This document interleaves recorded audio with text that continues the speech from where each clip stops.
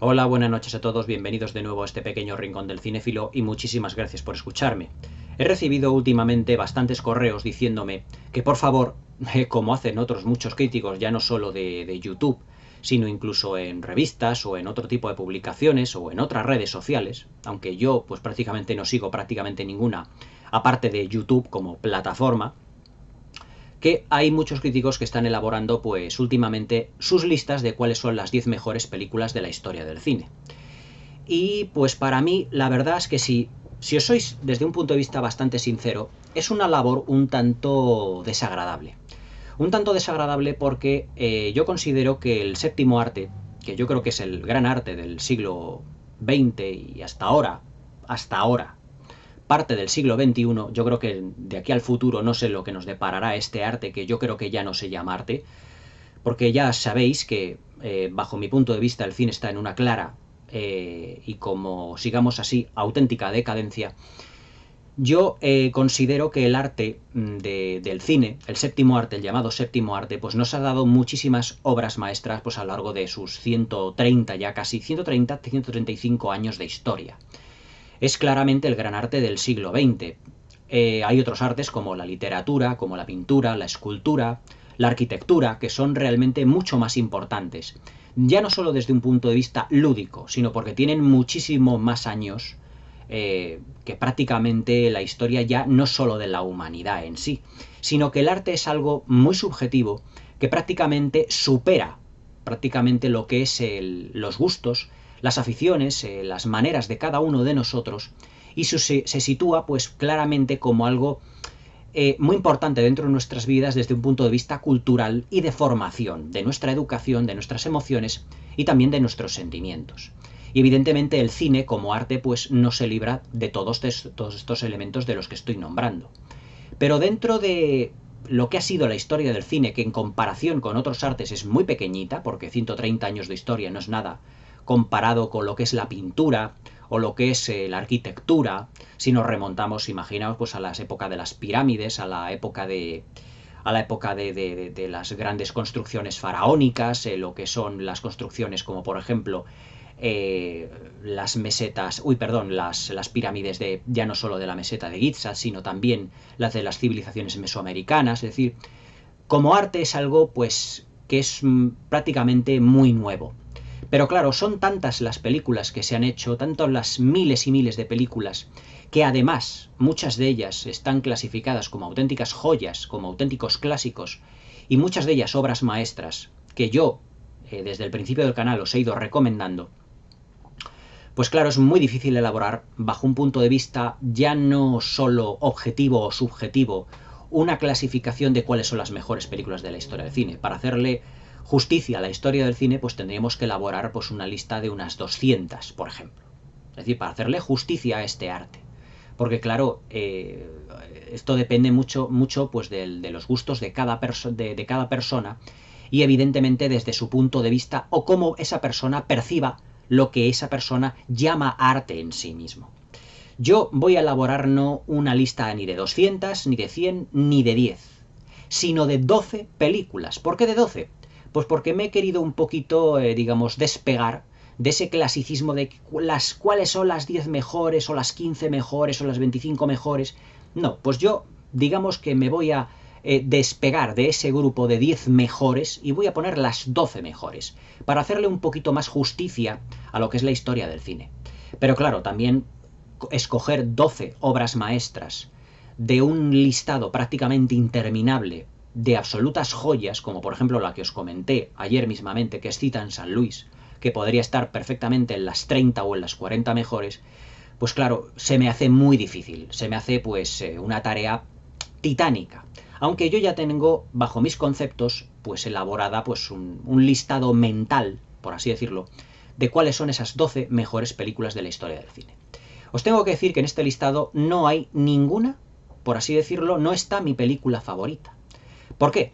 Pues porque yo considero que cuando uno elabora un listado de películas tiene que ser objetivo, no subjetivo, o por lo menos lo más objetivo posible, ya que pues se tienen en cuenta muchas películas que a lo mejor a uno no le gustan tanto, pero que tiene que reconocer que son importantes a la hora de que esa película evolucionase de alguna manera, o que renovase algún género, o que diese, digamos, un punto y aparte en lo que es la historia del cine. Por lo tanto, yo he elaborado una lista de cuáles son las 12 mejores películas de la historia del cine bajo un punto de vista claramente objetivo, teniendo en cuenta pues muchos de los elementos que yo os he citado aquí en casi todas mis críticas. El cine como arte de la interpretación, el cine como arte de la puesta en escena, el cine como narrativa, el cine como economía de medios para poder contar las historias, en lo que se refiere a partidos técnicos como un vestuario, como lo que se refiere a una dirección artística, es lo que es el diseño de producción que forman parte de la puesta en escena, lo que es el ritmo, lo que es el tono, es decir, una serie de elementos que toda gran película o que toda gran obra maestra tiene que tener forzosamente. Y si una de esas películas carece de algunos de estos elementos que os acabo de mencionar, es compensado con creces con el resto de elementos que la componen. Quiere decir que si una película no es lo excesivamente fluida narrativamente, no es que no sea merecedora del puesto que yo la doy, sino que sí es merecedora porque tiene otros aspectos que digamos que fagocitan este pequeño error o esta carencia que la película puede tener bajo mi punto de vista. Yo no voy a hacer como otros críticos diciendo, por ejemplo, no es que yo hubiese metido tal esta o cual otra o... No, yo voy a hablar del por qué he metido estas 12 películas, desde un punto de vista claramente objetivo. Si yo hiciese una lista de las 10 películas, de mis 10 películas favoritas de la historia del cine, a lo mejor dentro de estas 12 estarían una o dos, 3 como mucho. 3 como mucho. Pero no son, evidentemente, las 12 más objetivas. Es decir, yo, como comentarista, como crítico, como divulgador, como me queréis llamar, no, lo que no voy a hacer es decir, meto esta porque sí, porque me gusta. Decir, no, voy a meter esta película porque me gusta a mí. Como la canción, porque me gusta a mí, así, porque me gusta a mí, no. La tengo que poner ahí porque tiene una importancia, un porqué dentro de la historia del cine. Es decir, esta va a ser la lista de las 12 mejores películas de la historia basadas en un porqué.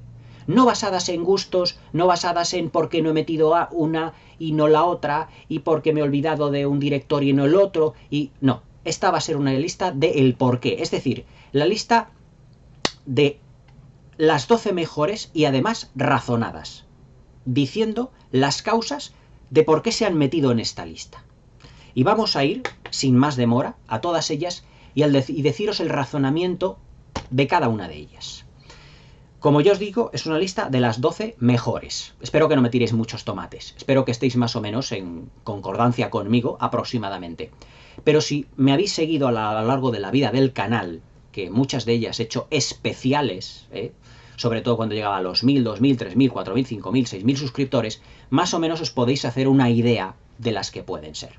Aunque tengo que deciros que 3 de ellas no están comentadas en el canal y que merecerían ya no solo una crítica, como he hecho con Casablanca y con Centauros del Desierto, sino un análisis, porque son tan complejas realmente que merecen un análisis. Pero vamos a ir descubriéndolas poco a poco y os voy a decir, ya os digo, por enésima vez, el por qué están en esta lista, y no otras.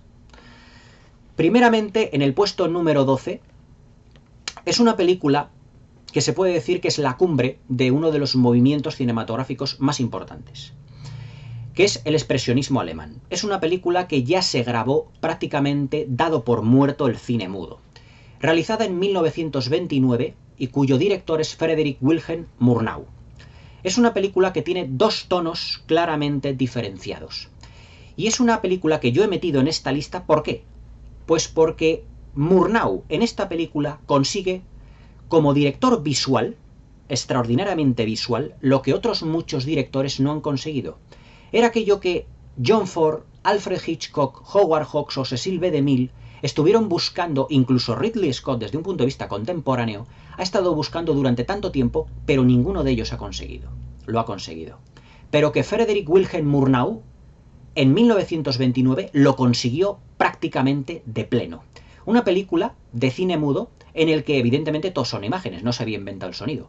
Pero es que incluso lo que son los recuadritos con los diálogos de los actores y de las actrices prácticamente no eran ni necesarios para entender la película y para comprender todo su significado y lo que estaba ocurriendo. Es decir, la máxima de los directores visuales es contar una película, como muchas veces lo ha dicho Ridley Scott, es contar una película en la que no hubiese diálogos, sino que las imágenes hablasen por sí solas. Y hubo un director en 1929 que prácticamente lo consiguió, con una película llamada Amanecer, de Frederick Wilhelm Murnau.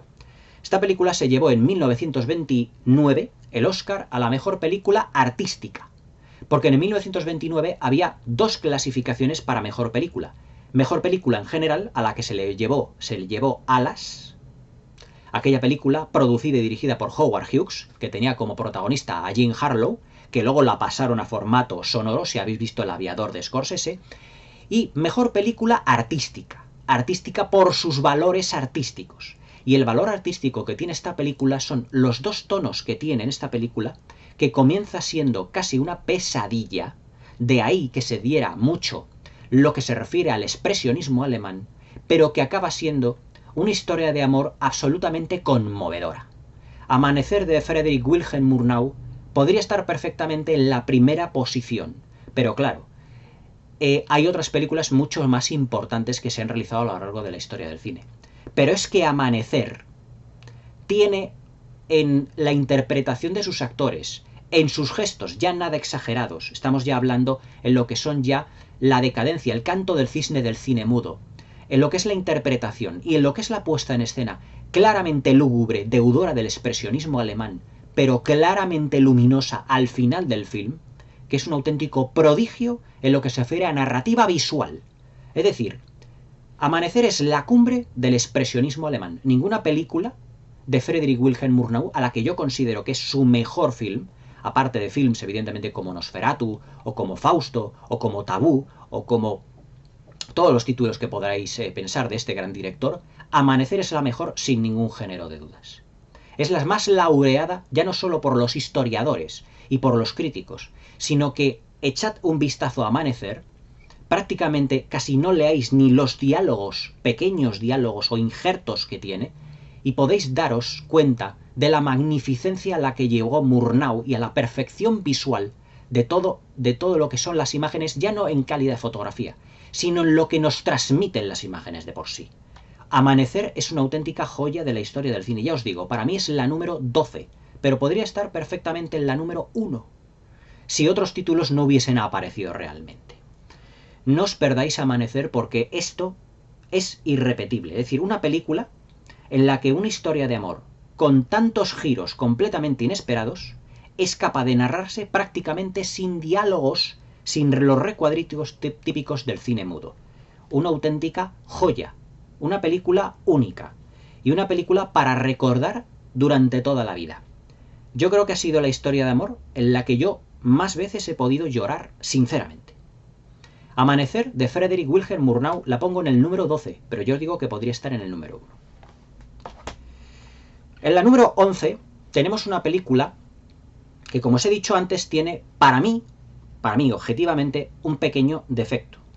Pero era porque su director prácticamente era un director muy novel. Había hecho películas anteriormente un tanto, digamos, mediocres, 3 o 4 películas, que habían sido un fracasete, pero que los grandes estudios realmente pues confiaron en él, en su talento, para crear una película absorbente y realmente que funciona como una hábil mezcla de géneros. Francis Ford Coppola expuso en esta película todas las costumbres italoamericanas, todo lo que fue el crimen organizado, todo lo que es esa mezcla de cine de gángsters, de cine negro, y además robando u homenajeando, digamos por así decirlo, muchas secuencias que ya habían tenido un gran impacto en la historia del cine. Porque a Francis Ford Coppola se le ha acusado de robar a Federico Fellini, a Akira Kurosawa, a Arthur Penn, a muchísimos grandes directores de la historia del cine. Pero es una película de cine negro, de gángsters, en el que lleva, por así decirlo, lo que es el arte, ya no solo de la puesta en escena, sino el arte de la interpretación, digamos, al culmen. Y ese pequeño defecto del que yo digo, porque esta no es una de mis películas favoritas, ni muchísimo menos, no es una película a la que yo me llevaría a una isla desierta, pero yo tengo que ser objetivo, como os lo digo, que en mis críticas quiero ser lo más objetivo posible, es una película que indudablemente tiene que estar en esta lista.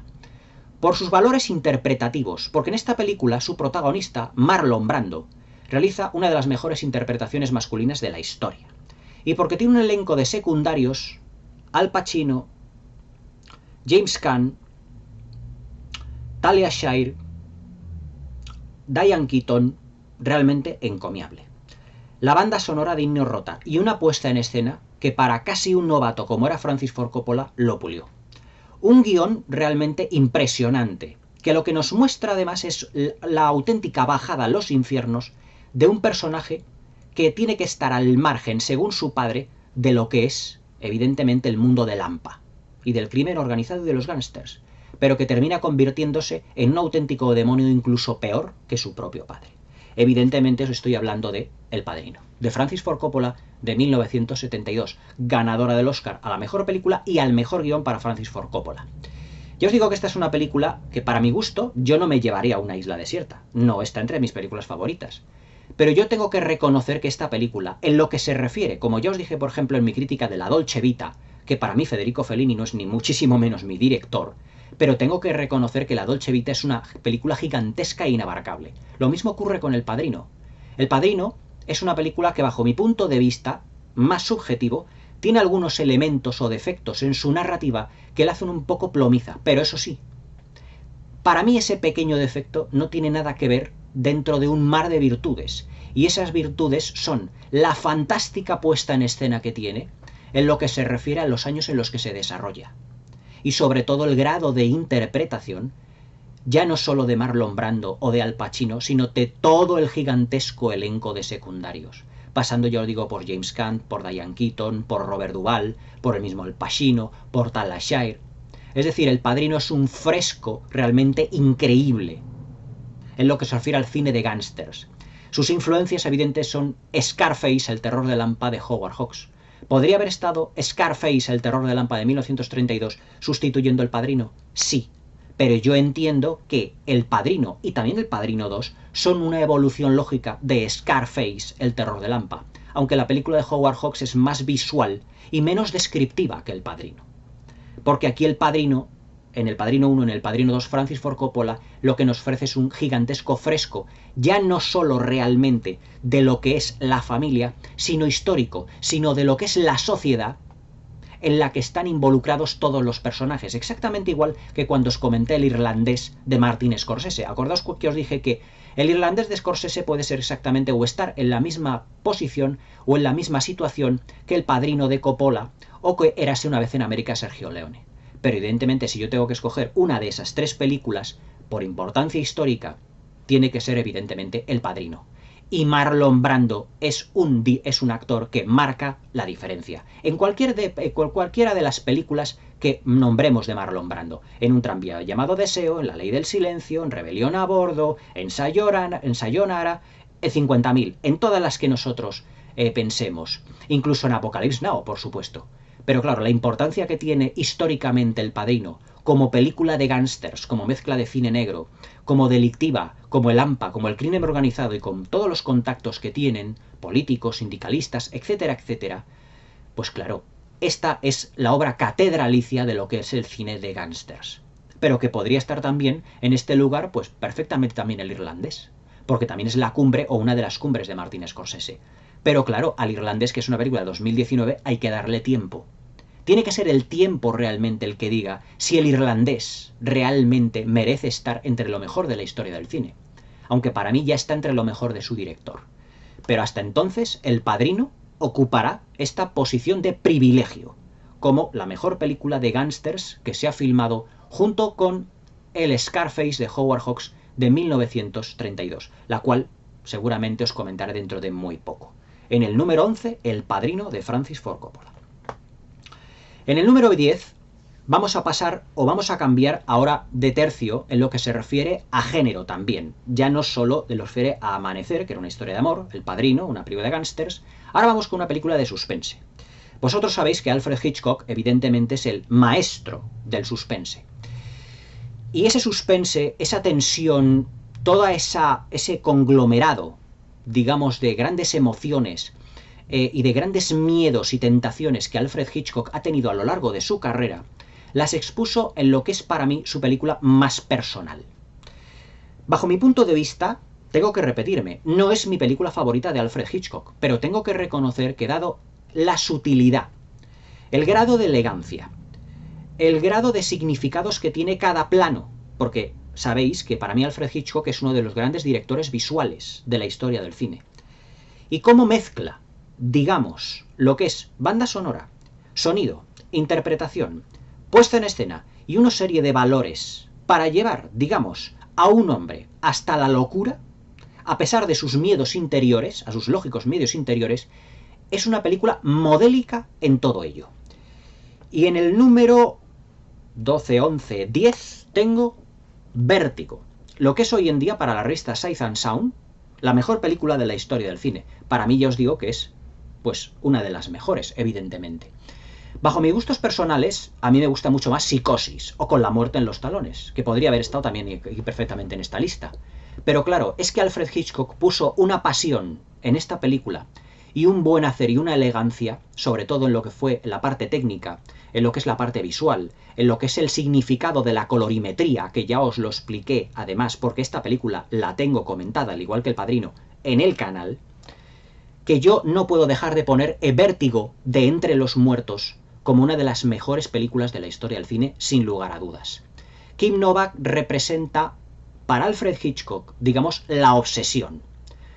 Acordaos que Alfred Hitchcock siempre estuvo obsesionado por las rubias.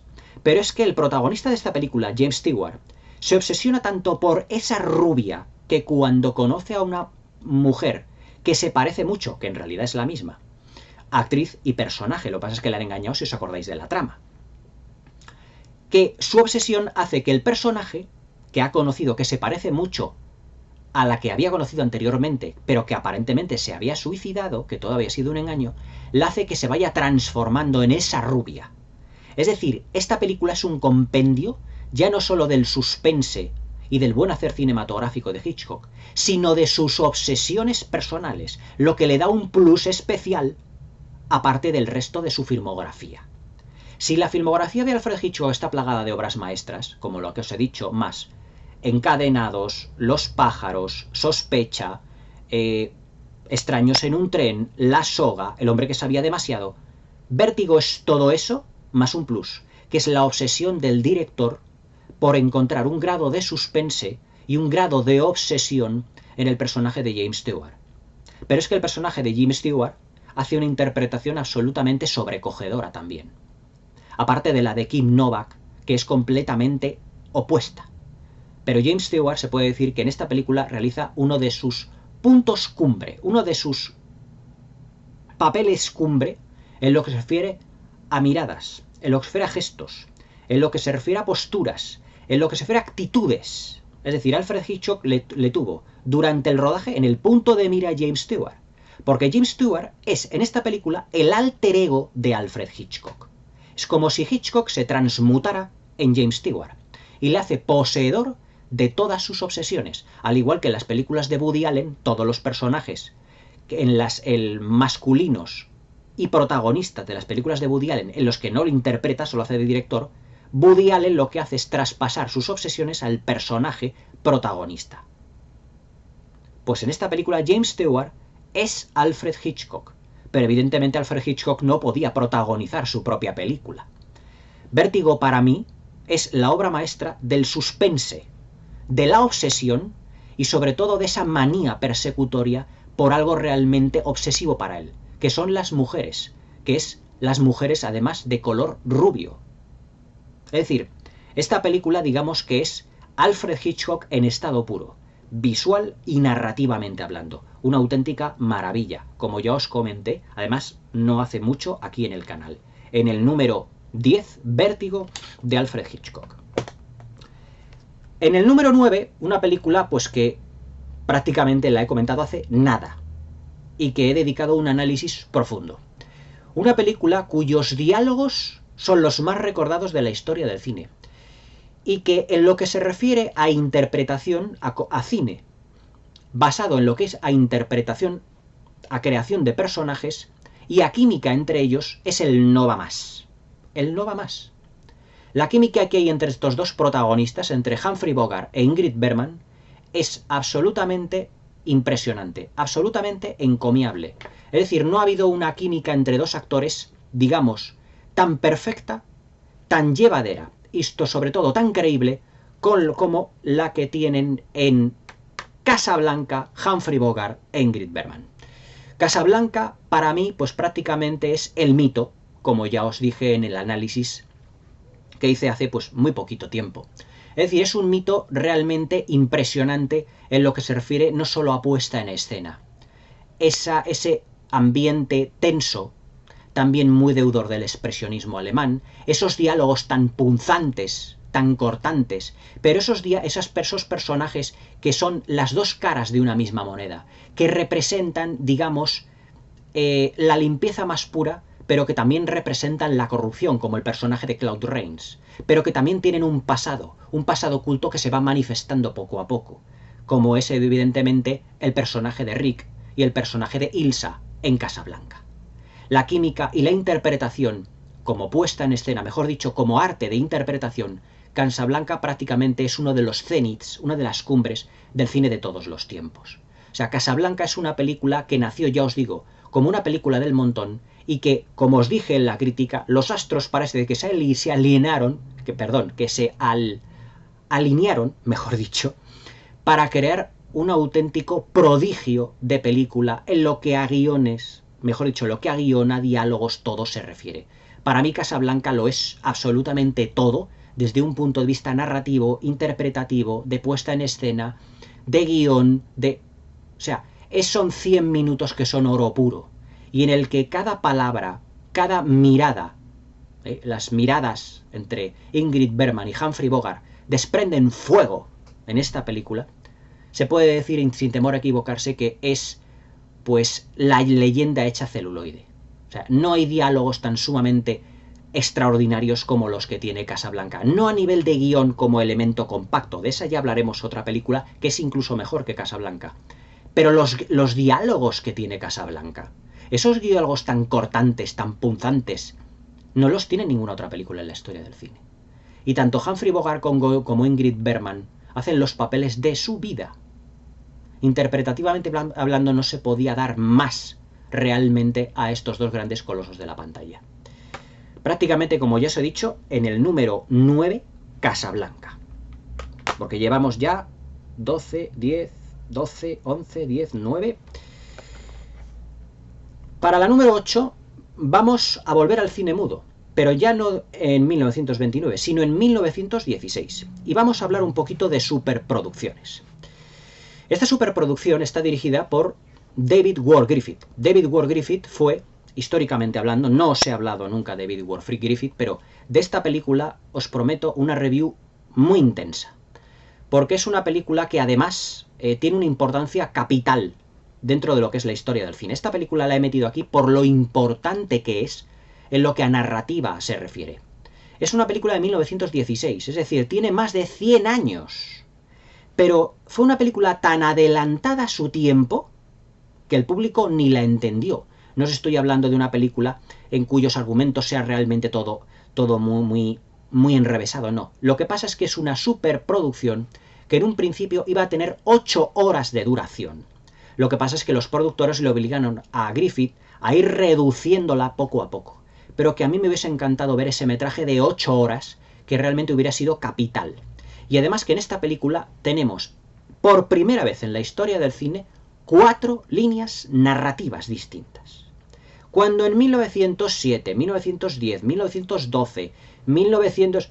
Es decir, prácticamente el cine estaba en pañales cuando se hizo esta película, apareció un director, David Ward Griffith, que en 1916 se atreve a contarnos 4 o 5, no me acuerdo ahora mismo, creo que son 4 historias completamente distintas, pero que tienen un nexo de unión, que es la intolerancia a lo largo de la historia de la humanidad. Y tenemos la vida de Jesucristo, un ataque, o mejor dicho, el asedio a Babilonia, la ciudad de Babilonia, una historia contemporánea y una historia en la corte del rey Ahora mismo no me acuerdo cuál era, porque es que la he visto varias veces, pero... Bueno, ya os hablaré cuando haga la review de ella un poquito más en profundidad de cuáles son la profundidad de las historias en general. Pero quedaos con que esta película, Intolerancia, argumentalmente hablando, es, para 1916, un avance tan sumamente gigantesco en la narrativa cinematográfica, tan sumamente gigantesco, que el público salió casi enloquecido de la sala, sin saber lo que estaba viendo. Porque David Ward Griffith nos metió en una película de 2 horas, mejor dicho, casi 3 horas, 170 minutos, pero yo creo, porque yo en VHS llegué a tener una versión de 2 horas, pero que esta yo creo que le han ido rescatando fragmentos hasta publicarla en 3 horas, 4 historias de diferentes líneas narrativas. Hoy en día estamos muy acostumbrados, evidentemente, a tener grandes producciones o películas que tienen varios hilos narrativos que se van entremezclando. Sin ir más lejos, una superproducción como El Retorno del Rey, que tiene 5 y hasta 6 líneas narrativas, en una película de 200 minutos. Pero es que esa película es del año 2003. Pero es que nos podemos retroceder casi 100 años en la historia del cine para encontrarnos con que Peter Jackson, a pesar evidentemente de su gran narrativa, no había inventado nada nuevo, ya que casi 100 años atrás David Ward Griffith ya hizo una superproducción gigantesca, y ahora os diré el porqué lo de gigantesca, en el que utilizó 4 líneas narrativas.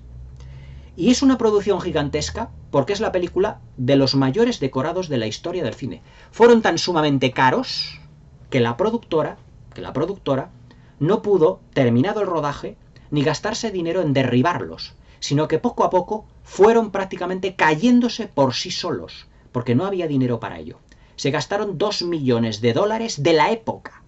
O sea, en 1916, imaginaos el caudal de dinero que era pues realmente $2 millones. Si en el Ben-Hur del 25 se habían gastado casi $4 millones, como os dije yo aquí en la review aproximadamente, pues imaginaos en 1916, $2 millones.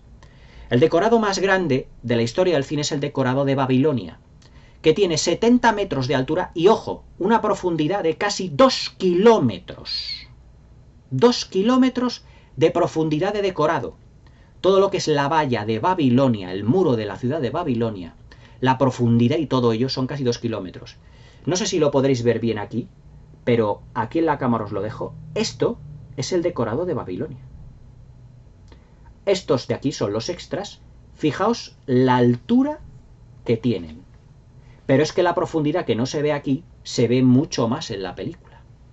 Con unos movimientos de grúa que no se habían realizado hasta ahora en la historia del cine. David Ward Griffith, con esta película, ya no supera a su anterior obra maestra, que era El nacimiento de una nación, una película narrativamente también muy importante y que podría yo haber sustituido por Intolerancia, pero que yo he puesto Intolerancia por superar al nacimiento de una nación en ambiciosidad. O sea, tanto narrativa como técnicamente hablando, como puesta en escena, esta película no tiene rival en la historia del cine.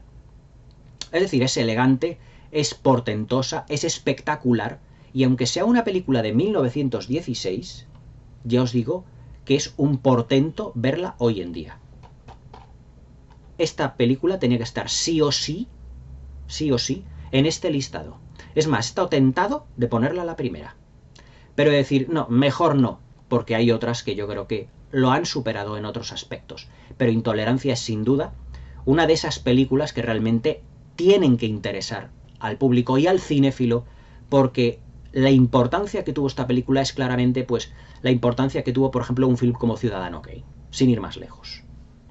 Así que en el número, es que no voy contando, 12, 11, 10, 9, 8, en la número 7, Intolerancia. Perdón, el número 8. La siguiente, el número 7. 12, 11, 10, 9, 8. El Gato Pardo. Otra película que os he comentado pues hace nada.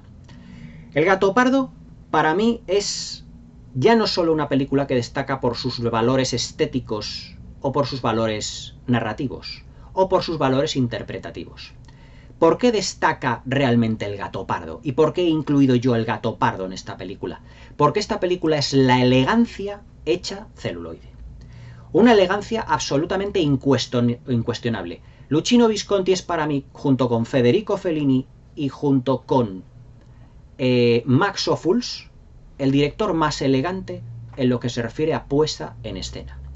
Esta película, la última hora que tiene, que es ese gran baile, y que además ya os hice también la review hace relativamente poco y os hablé de una manera muy amplia, por eso no voy a extenderme mucho del Con el gato pardo, porque la tenéis aquí comentada hace nada, es una película gigantesca, en lo que se refiere ya no solo a una puesta en escena que realmente es extraordinaria. Para mí la culmen de la elegancia de Luchino Visconti y la culmen del cine italiano. Aunque también ahí está Fellini 8,5 o incluso El ladrón de bicicletas de Vittorio De Sica. Pero eso ya están dentro de un estilo, digamos, que dentro de lo que se cuenta, para mí han sido superadas. Pero para lo que se cuenta a modo de película costumbrista, de época, El gato pardo es insuperable. Como arte de la interpretación, Burt Lancaster hace el papel de su vida. Es decir, el príncipe, ese príncipe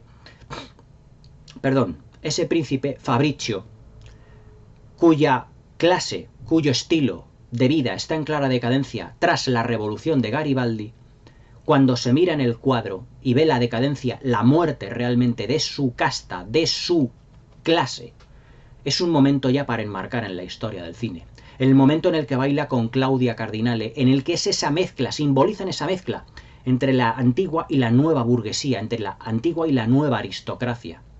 Y sobre todo, evidentemente, la banda sonora y la elegancia de Nino Rota, musicalmente hablando.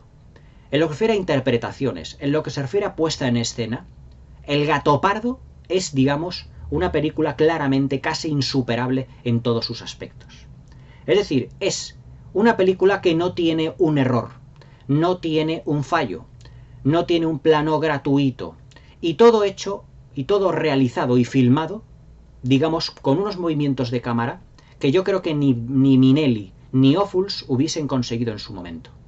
Y estoy hablando de directores anteriores, pero que Visconti, al haber sido conde y al haber vivido todo esto, lo refleja de una manera paulatina. Es más, El gato pardo fue la gran inspiración de Martin Scorsese para realizar lo que es mi película favorita, La edad de la inocencia.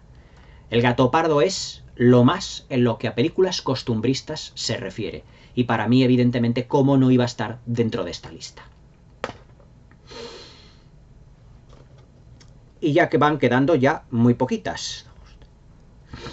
En el número 6, una película que no os he comentado, pero que he estado bastante tentado en ponérosla, en comentárosla, y creo que formó parte de alguna de las encuestas, pero no fue lo suficientemente votada.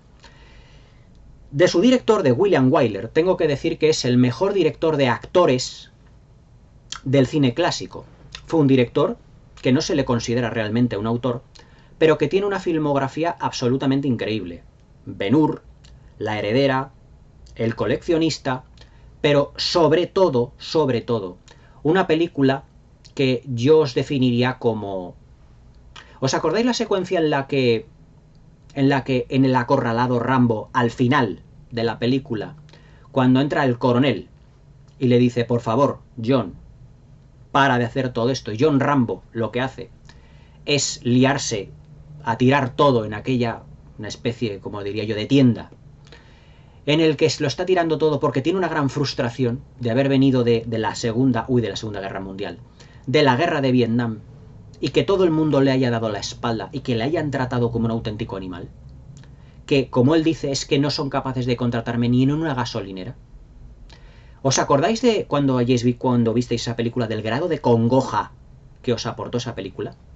Pues ese grado de congoja se puede extender no en unos minutos, sino exactamente en 166 minutos, lo que convierte a los mejores años de nuestra vida en una película que te agarra el corazón, te lo estruja por completo y no te lo suelta desde el primer fotograma hasta el último. Los mejores años de nuestra vida, ganadora de 8 premios de la Academia en 1946, supone la cumbre de William Wyler, ese director que decían que no tenía personalidad, pero que ostenta a día de hoy, sus películas, su filmografía, el récord de nominaciones al Oscar, con más de 100 nominaciones, todas ellas. William Wyler consiguió una película realmente sobrecogedora, en la que uno de los actores no es un actor real, sino que fue un veterano de la Segunda Guerra Mundial llamado Harold Russell, que además participó en la película sin manos, sí, y además utilizando garfios. ¿Por qué? Porque él fue veterano de la Segunda Guerra Mundial y una bomba le voló las manos. Y en la película aparece con garfios. Pero es que él no era un actor realmente profesional, sino que fue incluido en esta película por William Wyler precisamente para darnos testimonio de lo que había sido la Segunda Guerra Mundial. Pero es que los tres protagonistas masculinos de esta película sufren la misma congoja que Stallone en Rambo. Vienen de la Segunda Guerra Mundial y la sociedad les da por completo de lado. Es decir, es una película que cuando empiezas a verla ya te cala profundamente, porque sientes una tristeza y una congoja que no te va a soltar en casi 3 horas de duración. Yo la primera vez que vi esta película, se me puso un nudo en el corazón y un nudo en el estómago que me duró 2 días. Porque realmente todo lo que son los personajes, y darte cuenta de que 3 personas que se han jugado su vida por su país, en teoría, y que luego su país les da de lado, es tan sumamente... te causa una impotencia tan grande de decir, ¿cómo es posible que esto pueda ocurrir? Lo que Sylvester Stallone, o mejor dicho, lo que en el Acorralados estaba, digamos, denunciando en parte, en esta película se expone de una manera, pues realmente, progresivamente exponencial durante todo el metraje. Esta película, además, argumentalmente, estamos hablando del mejor director de actores de su época. Fredric March, Dana Andrews, Harold Russell, Myrna Loy. En esta película hacen unas interpretaciones todas de Oscar. Y es que además tiene una fluidez narrativa que la película se te pasa así. Tiene una fotografía que yo diría que es una de las más perfectas dentro de lo que es el cine en blanco y negro. Se ha dicho muchas veces que esta película podría ser la mejor fotografiada de la historia del cine, en lo que se refiere no a virtuosismo, sino información que te transmite dentro de la pantalla. Y yo, evidentemente, estoy totalmente de acuerdo. Los mejores años de nuestra vida, de la que dedicaré un amplio análisis, es sin duda alguna una película que tiene que estar sí o sí en esta lista. Es un auténtico portento. Es decir, es una película de esas que te vas a la vez por la noche y te vas a la cama planteándote incluso tu vida y cuál es el sentido de tu vida. Que para qué estás aquí. Porque si ya a un veterano de la guerra le han tratado como una auténtica basura, imaginaos los que no hemos hecho ningún sacrificio por nuestro país. Los mejores años de nuestra vida de William Wyler es un punto y aparte dentro de la historia del cine. El término obra maestra se queda corto. En el número 5 tenemos una película que yo la califiqué hace muy poquito también, hace relativamente poco que la subí al canal, como el mejor guión de la historia del cine. Y efectivamente es así, es lo que yo pienso. Billy Wilder y A.L. Diamond consiguieron, y eso que es muy difícil decir cuál es la mejor película de Billy Wilder, pero el guión de esta película está estructurado con tal grado de perfección que realmente puedes decir, ¿cómo puede un director realmente enfocar una película que tenga tantos significados realmente? ¿Cómo puede reflejar una sociedad con un grado de verosimilitud tan sumamente claro y nítido y limpio? Y no solo eso, sino adelantándose realmente a su tiempo. El apartamento de Billy Wilder, posición número 5, es para mí el mejor guión jamás escrito. Es uno de esos guiones que dices, jolines, es que este guión no deja títere con cabeza. Es que se mete con todos los estamentos de la sociedad. Es el retrato de un hombre que tiene claramente una soledad. Es el retrato de un hombre que parece malo, pero que en realidad es un trepa.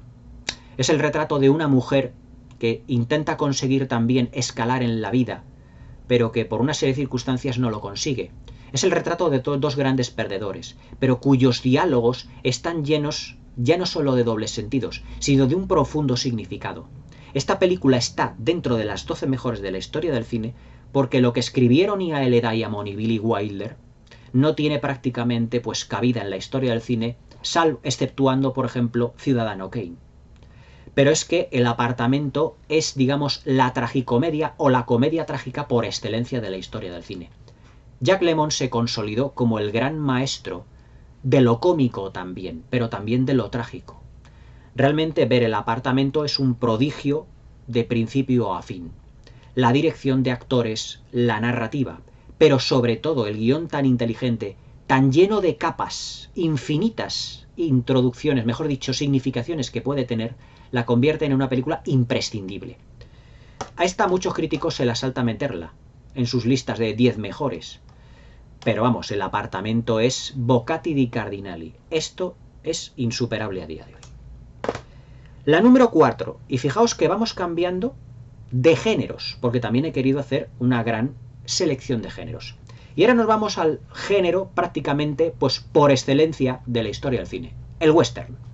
Y hace poco, por los 8000 suscriptores, yo subí también un análisis muy pormenorizado de esta película, a la que yo considero que John Ford llevó a su narrativa, a la perfección de su narrativa, al grado de pulimento de una narrativa que había estado fraguando durante prácticamente toda su carrera y que es absolutamente inigualable. Es decir, con esta película John Ford, como os dije, quiso retirarse de la historia del cine, porque él dijo, es que narrativamente ya no puedo contar nada más perfecto de lo que puedo hacer. Centauros del desierto es la número 4, es decir, el mejor western de la historia del cine y un auténtico ejemplo de lo que es la economía narrativa y la elipsis llevada al cinematógrafo.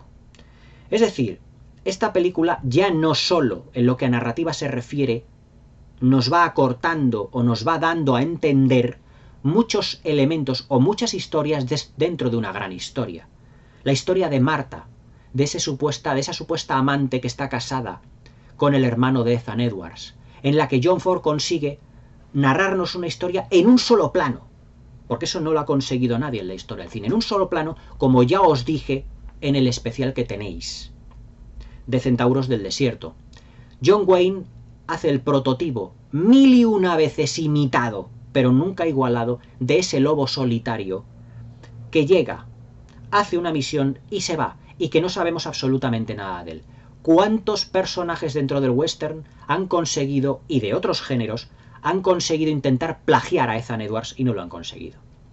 Pero evidentemente, si queréis saber más de Centauro del Desierto, evidentemente os voy a recomendar mi crítica que hice hace poco, o mi análisis, mejor dicho, porque me acuerdo que fui además analizando muchas de las grandes secuencias de esta obra maestra absoluta que representa lo mejor del mejor director de la historia del cine. Cambiamos también de tercio. Una obra que para mí es lo épico. Es decir, hoy en día muchos críticos dicen esta película es épica, esto es épico, tiene una epicidad, ¡qué épico! Me río yo muchas veces de lo épico que pueden ser muchas películas mencionadas por muchos críticos viendo este título. Para mí lo épico, para mí lo realmente épico es ver gigantescos paisajes donde la vista no logra alcanzar el final, fotografiados de tal modo y con un grado de exquisitez que yo la definiría con una sola palabra, y además que coincide prácticamente con un gentilicio, que es británico. Perfección británica. Y en el número 3, Lawrence de Arabia es la perfección británica. Es decir, no hay película más épica en su fotografía, en su desarrollo, en la bajada a los infiernos de lo que es un personaje y en pulcritud inglesa, por así decirlo, por llamarla de alguna manera, que Lawrence de Arabia. Peter O'Toole, Jack Hawkins, Claude Rains, Omar Sharif y un extraordinario y prodigioso Alec Guinness, como además en el papel del príncipe Faisal. Lawrence de Arabia es una película no solo ganadora de 7 Oscars. Esta película podría estar perfectamente en la número 1, pero hay otros 2 títulos que me lo impiden. Pero es que Lawrence de Arabia, con su perfección en lo que se refiere a la puesta en escena de la fotografía, en lo que se refiere a la interpretación de todos los actores, en lo que se refiere a esa bajada a los infiernos del personaje, que primero se va tomando como si fuera elemento aventuresco todo lo que le va ocurriendo, pero le va descubriendo un mundo que es todo lo contrario a lo que él había pensado. Con un diseño de vestuario que es para caerse de espaldas, con unos decorados y además con un rodaje tan complicado, que es que David Lean había veces que desaparecía en el desierto para intentar siempre buscar el plano perfecto. Y los planos donde Lawrence de Arabia, donde Peter O'Toole, Omar Sharif y el resto de personajes, también Anthony Quinn, del cual me olvidaba, viven, tienen batallas, se van conociendo los unos a los otros, eso no tiene igual en la historia del cine. La interrelación de personajes que tiene Lawrence de Arabia, yo no lo he visto en ninguna otra película. Para mí Lawrence de Arabia, que fue, si mal no recuerdo, el especial de 5.000 suscriptores, para mí es la película épica por excelencia.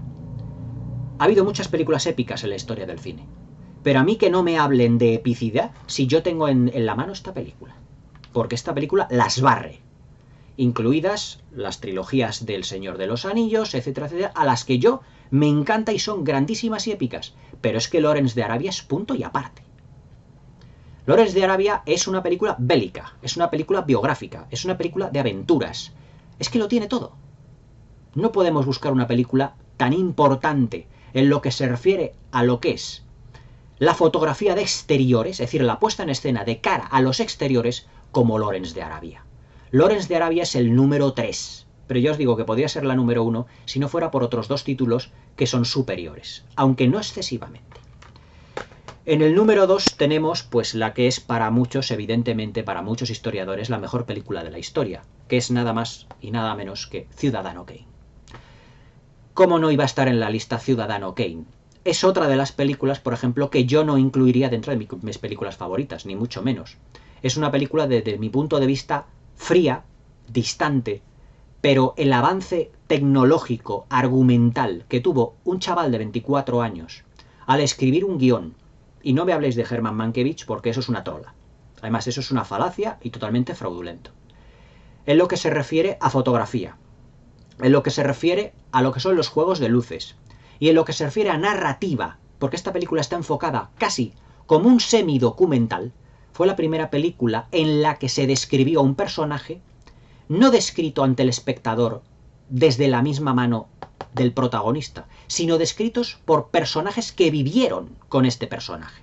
Es decir, el personaje de Charles Foster Kane no está descrito bajo el punto de vista de él, sino de varios personajes en esta película que vivieron con Charles Foster Kane.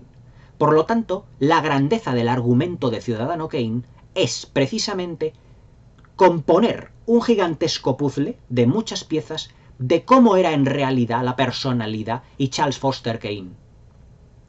Aparte de lo que es, evidentemente, el punto de vista de sus amigos, personas que trabajaron con él, tutores, amantes, etc. Y todo ello bajo un punto de vista visual que para 1941, en lo que se refiere a profundidad de campo, en lo que se refiere a iluminación, en lo que se refiere a primeros planos y en lo que se refiere a ángulos en contrapicado, donde se veían los techos, donde se veía y también tenían que iluminar todo un decorado extenso, en el que hasta los años 40 los techos en un decorado no se filmaban. He ahí uno de los grandes avances técnicos de Ciudadano Kane. No tenéis más que ir al especial de 1000 suscriptores, porque esta fue la película que yo hice para el especial 1000 suscriptores de este canal hace ya 3 años, y ver efectivamente la genialidad del director de esta película. Ciudadano Kane es Orson Welles y Orson Welles es Ciudadano Kane. Por desgracia, la única película que pudo Orson Welles crear prácticamente a su manera, ya que cuando él firmó la película, teniendo la supervisión él del montaje final, lo que es la RKO le despropuso, es decir, le quitó de todos los privilegios del montaje final del resto de sus películas. Es más, él empezó a filmar muchas que dejó inacabadas, precisamente porque no podía tener el control en ese montaje final. Pero Ciudadano Kane, al lado de películas como El Cuarto Mandamiento, como La Dama de Shanghái, como Otelo, como Macbeth, adaptaciones de William Shakespeare firmadas por él mismo, nos da la idea del genio que fue realmente Orson Welles. Y Orson Welles es Ciudadano Kane. Eso ni el más mínimo género de dudas. Fue el especial de 1000 suscriptores del canal. Y evidentemente, la número 1, la película más importante de la historia, a mi modo de ver, que supuso una auténtica revolución en el cine, que llevó y estuvo años en preproducción, que tuvieron que remover parte de este mundo entero y parte de planetas contiguos de la galaxia para encontrar a su protagonista femenina, fue Lo que el viento se llevó. Esto es lo más a lo que el cine ha dado de sí. 1939, 10 Oscar, protagonizada por Clark Gable, el rey de Hollywood, y por Vivien Leigh. En una interpretación, la interpretación femenina más completa de la historia del cine. Lo que el viento se llevó es... me quedo sin palabras. Prácticamente os puedo remitir a mi especial de 2000 suscriptores, que fue la película que yo comenté, y en el que puse toda mi cinefilia. Lo que el viento se llevó es la mejor película de la historia bajo mi punto de vista objetivo. Porque nada en esta película se puede decir que tiene un punto flaco. Es decir, es secuencia extraordinaria tras secuencia extraordinaria tras secuencia extraordinaria. Y eso que estuvo dirigida hasta por 4 directores. La empezó George Cukor, de ahí que al principio de la película tengan los personajes femeninos una gran importancia. George Cukor era el mejor director de mujeres de la historia del cine, lo sigue siendo. La continuó cuando fue despedido por David O. Selznick, porque el proyecto se le estaba, digamos, haciendo excesivamente complejo. Fue continuada por Sam Wood, el director de Una noche en la ópera, que prácticamente yo aquí no sé diferenciarlo porque rodaría muy poquito. Y David O. Selznick también firmó alguna que otra secuencia hasta que Victor Fleming terminó el rodaje de El Mago de Oz y retomó Lo que el viento se llevó. Se puede decir que Lo que el viento se llevó más ya en su segunda parte. ¿Y cómo podemos diferenciar la parte de Cukor de la parte de Fleming? Pues porque la parte de Cukor está más enfocada a los personajes. La primera parte de la película, prácticamente hasta el incendio de Atlanta, es una película de personajes, con una dinámica más reducida, con un ritmo más pausado, porque se le da más peso a los personajes. Sin embargo, a partir del incendio de Atlanta, es decir, a partir de ese incendio en el que ya Escarlata llega a Tara y ve, evidentemente, que su familia ha estado toda descompuesta, de que sus tierras han sido prácticamente todas quemadas por los yanquis, y en esa secuencia en el que dice, y a Dios pongo por testigo que jamás volveré a pasar hambre, ahí es donde Victor Fleming seguramente se hiciera cargo ya del proyecto. Porque ya la dinámica de la película cambia, y el ritmo aumenta. Ese ritmo que nos dio también en El Mago de Oz, Victor Fleming, que también tuvo a George Cukor como director. Es decir, fueron producciones en las que prácticamente estuvieron bailando los directores. Pero es que Lo que el viento se llevó es mucho más. Es la banda sonora de Max Steiner. Es decir, esa banda sonora que ha sido una y 1000 veces escuchada y 1000 veces premiada. Es Tara, es El orgullo por la tierra, es la interpretación de Thomas Mitchell en el papel de Gerald O'Hara, es la obsesión de Escarlata por subir peldaños en la sociedad, es, digamos, el cambio en la psique de una niña mimada hasta convertirse en una persona completamente, digamos, prácticamente irreconocible. Es la interpretación pausada y sostenida de Olivia de Havilland, es el personaje de Mami, totalmente inolvidable, como ese Oscar que le dieron a Hattie McDaniel, evidentemente. Es la personalidad tan socarrona, pero a la vez tan sumamente seductora de Clark Gable, en el auténtico rey de Hollywood. Es esa puesta en escena tan ampulosa, que solo el Gato Pardo podía competir con ella en lo que se refiere a decorados, a dirección artística. La Metro-Goldwyn-Mayer, la mejor productora de la historia del cine, lo dio todo por esta película. Y el resultado es la película más taquillera de la historia del cine. evidentemente cambiando la inflación. Es decir, si cambiásemos la inflación, esta película pues no sé lo que habría recaudado hoy en día, 4.000, 5.000, 6.000 millones de dólares. Y está vista, pues, incluso por sus reposiciones, pues aproximadamente, pues por unos 250, 300 millones de personas la han visto, seguramente. Lo que el viento se llevó es el cenit de lo que es el séptimo arte. Y hasta aquí mi lista de las 12 mejores películas de la historia del cine. Número 1, Lo que el viento se llevó. Número 2, Ciudadano Kane. Número 3, Lawrence de Arabia. Número 4, Centauros del desierto. Número 5, El apartamento. Número 6, Los mejores años de nuestra vida. Número 7, El gato pardo. Número 8, Intolerancia. Número 9, Casablanca. Número 10, Vértigo. Número 11, El padrino. Y número 12, Amanecer, de Frederick Wilhelm Murnau. Estas 12 son para mí lo que más ha dado objetivamente la historia del cine de sí. Que, ojo, no son mis favoritas, son las que objetivamente yo creo que son las mejores.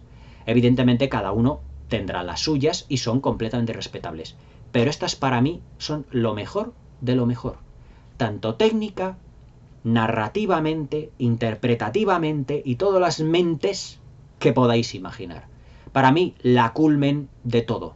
Cine alemán, cine norteamericano, cine italiano, género de historia de amor, género de suspense, género costumbrista, género bélico, género biográfico, género de gángster, género del western. Lo tenéis todo, y todo de una manera sublime. Para mí estas 12 son lo más de los más. Si tuviese que hacer algunas honrosas excepciones que se han quedado fuera, evidentemente podría decir 2001 Odisea del espacio, las dos versiones de Ben-Hur del 59 y de 1925, por ejemplo, podrían ser perfectamente la 13, la 14, la 15, los 10 mandamientos, las dos versiones del 23 y del 56 de Cecil B. DeMille, las siguientes, pero claro, evidentemente yo tenía que escoger 12, y para mí estas 12 son las importantes. Y ya os he dado muchos razonamientos del por qué para mí estas 12 son las 12 más importantes o las 12 mejores objetivamente hablando. Me queda para hacer por la review, si mal no recuerdo, de Amanecer, de Intolerancia y de Los mejores años de nuestra vida. Poco a poco las iré haciendo en especiales, pero si me lo pedís, realmente los voy haciendo pues prácticamente ya. Eso ya depende de vosotros. Espero que os haya gustado de cuáles son las 12 mejores de la historia, bajo mi punto de vista. Espero que os haya gustado el vídeo, que me dejéis vuestros comentarios aquí abajo, todo lo que queráis, y recordad, es una lista claramente objetiva, no de gustos personales, porque yo os digo, si yo hubiese realizado una lista de las 12 más favoritas mías, de mis 12 favoritas, la mayoría de estos títulos no hubieran estado. Pero yo tengo que ser lo más claramente objetivo y yo recomendaros lo mejor, tanto desde el punto de vista objetivo, como desde un punto de vista claramente lúdico y de calidad. Me gusten más o me gusten menos, pero para mí estas son las 12 imprescindibles de la historia del cine. Espero que tengáis una buena noche y hasta mañana.